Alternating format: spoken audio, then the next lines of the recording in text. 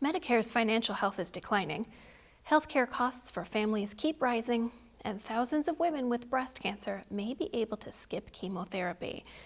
Welcome to This Week in Managed Care. I'm Kelly Davio. Medicare trustees said this week that Medicare Part A, which covers hospital bills, will be insolvent by 2026, 3 years sooner than the last projection. Their trustees foresee lower payroll taxes from lower wages and less income due to taxation of Social Security benefits under the new tax law. Last year, income into Medicare Part A exceeded spending by $2.8 billion, but deficits are forecast after that until the Hospital Insurance Trust Fund runs out of money in 2026. Republicans called for reforms, but Democrats said that the forecast is proof the tax plan is harming Medicare. Said Democratic Senator Ron Wyden, "This report should eliminate any doubt that Trump's tax law yanked Medicare closer to insolvency." Healthcare costs for a family of 4 on an employer plan will reach $28,000 this year, according to the Milliman Medical Index. The annual increase of 4.5% is one of the lowest since the index began in 2001. However, the report notes that pharmacy costs are rising much faster than other healthcare expenses and now account for 17% of costs, up from 13% of healthcare spending in 2001. Healthcare costs may feel higher to employees because they now pay 44% of the total, up from 40% a decade ago. For more, visit ajmc.com. Women with a common form of early breast cancer can skip chemotherapy, according to results presented at the American Society of Clinical Oncology.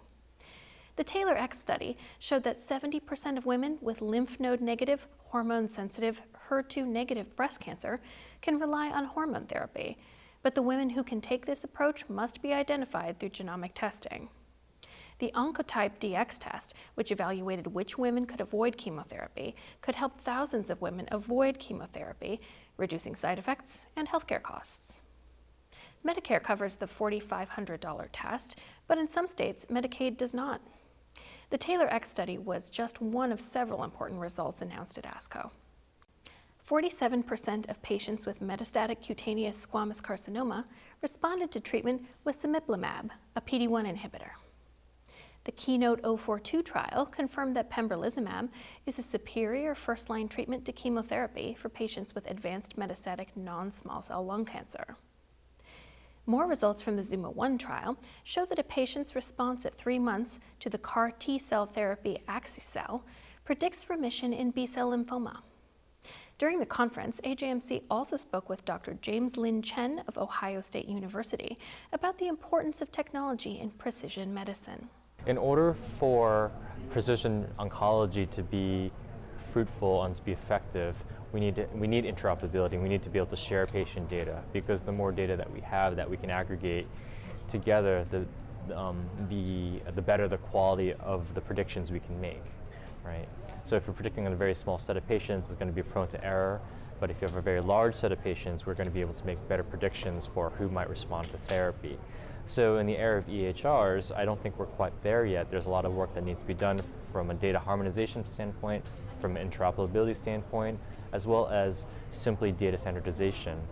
For full coverage from ASCO, visit ajmc.com.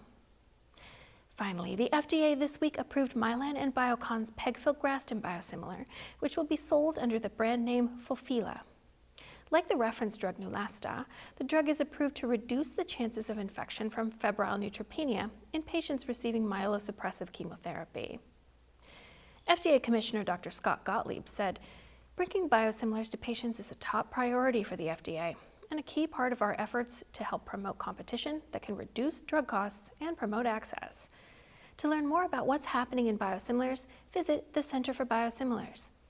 For all of us at the Managed Markets News Network, I'm Kelly Davio.